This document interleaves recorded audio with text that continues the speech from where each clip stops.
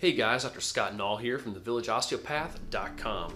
So I was cleaning up my hard drive last week and I found a folder I hadn't looked at in a while, and I popped it up and there's a bunch of videos in there. And I looked, and sure enough, I had filmed some question and answer stuff about 2 years ago, never released it. So I thought, wait, why not just make a little intro here to kind of update some things a little bit, to let people know these were old videos, and have my video guy mix it all together and put them out there. It does have good content. I will apologize, the camera I was using back then wasn't nearly as good as the one we have now.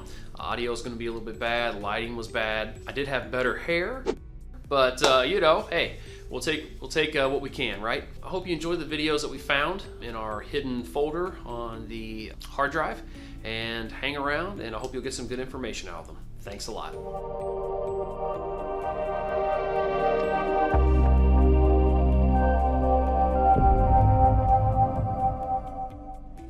Hello, I'm Dr. Scott Nall, the Village Osteopath and Any Regenerative Medicine. One of the exciting things we're going to start doing this year is doing a video series that will be coming out every few weeks, answering questions that patients normally have in the office, or just talking about current medical topics or some of the procedures and products that we offer here in the office. Something that I'm asked almost every single day by new patients is, what exactly is an osteopathic physician or an osteopath, or what is a DO? In order to answer that question, we have to do a little history lesson. And it all goes back to this guy right here. No, that's not my grandfather. I get asked that a lot in the clinic. No, this is Dr. A.T. Still. A.T. Still was a physician back in the 1800s. Not only was he a physician, he also did a lot of other things too. He invented a new type of butter churn. He had a patent on an innovative type of plow. He also, before the Civil War, led a anti-slavery or abolitionist militia in the state of Kansas. He fought in the Civil War on the Union side. After the Civil War, he had some pretty big setbacks. And the biggest setback that he had is that he lost almost all of his family to spinal meningitis. He writes about this in some of his writings, and he's very depressed about that, because he talks about how the medicine that he was able to give his family and the best doctors that he could come up with were unable to save his family from this disease. Now, what made Dr. Still a little bit different, though, is after this happened, instead of asking the question, what could I have given them that would have cured them of this disease, he asked the question, what was inside of me that made me not get the disease? And this led him down a new track of thinking.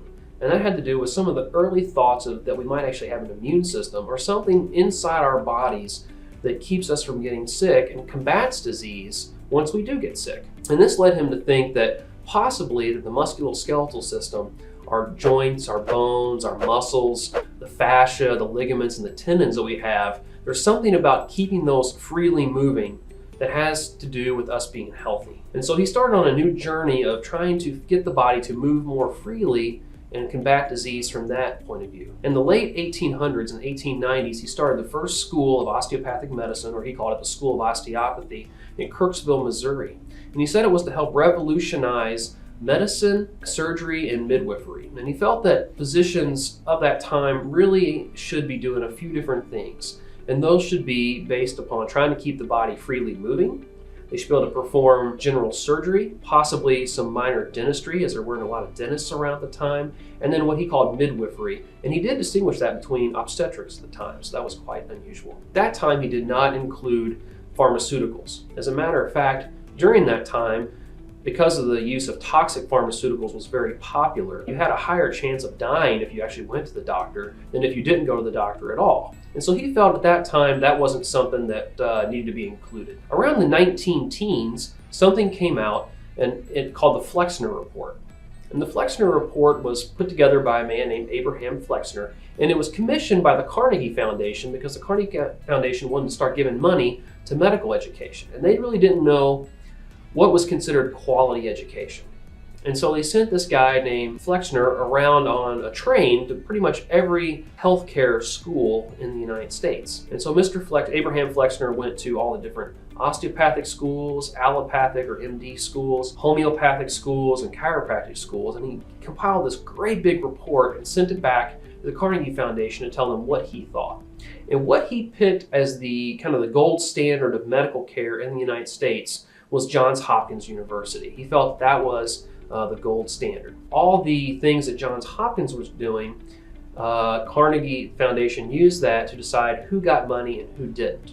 Later, when the federal government got a little bit more involved in medical education, they also used this report. And so because of that, and within a number of years, about half the MD schools, half the DO schools, a few of the chiropractic schools, and almost all of the homeopathic schools in the United States closed down because they just could not keep up with funding and the rigorous academic requirements that were being required of them. It was at this time that DO schools began to incorporate pharmaceuticals into their curriculum, because at this time the idea of the double-blind placebo-controlled trial became the gold standard of medical trials in pharmaceuticals. And so they felt that this made pharmaceuticals more safe and less poisonous than they were before. And so this kind of thing started to be taught. As the years progressed, MD schools and DO schools became more and more alike in their curriculum.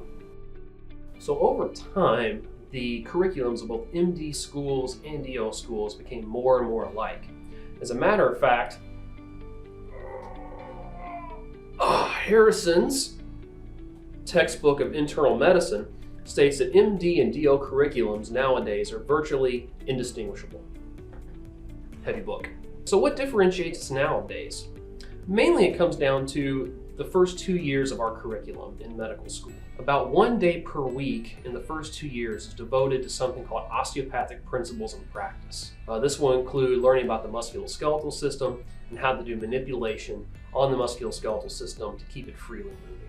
This is not included in an MD curriculum, and usually it's either replaced with extra study time or possibly biostatistics or maybe some research protocols, which might make them a little bit better prepared if they wanted to do research as opposed to a DO student. After the 4 years of medical school or osteopathic medical school, our curriculums come even more integrated.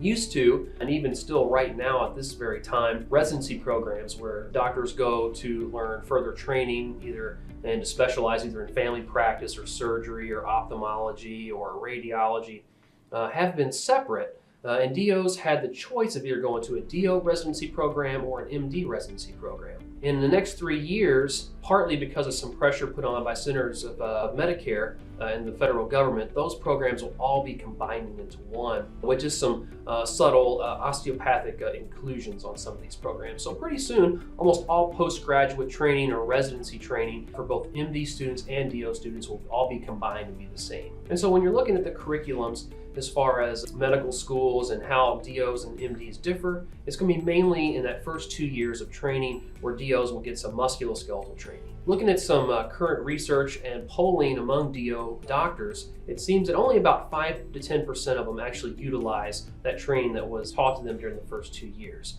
And so the distinction that we have between our professions is growing less and less. And so because of that, some of our uniqueness is gone.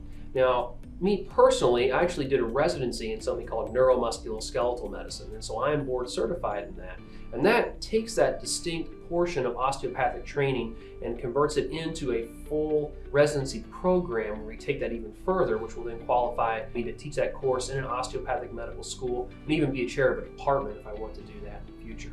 It also enables me to be able to look at musculoskeletal problems from a much deeper, more holistic standpoint than a regular physician might be able to do so. So overall, that's a little history of osteopathic medicine, and I hope it gives you an idea of some of our distinctiveness that we have from other professions out there, and I hope it answers some questions that you might have and pays a little homage to our founder. Thanks, and have a great day. All right, and there you have it, another great lost and found video. I hope you enjoyed the content. Please like and subscribe and share it around with your friends. If you have any suggestions about further content that I could do later on, just leave it in the comment section below, and I'll be glad to get around to that as soon as possible. And once again, this is Dr. Scott Nall from thevillageosteopath.com, helping you restore health and optimize your life.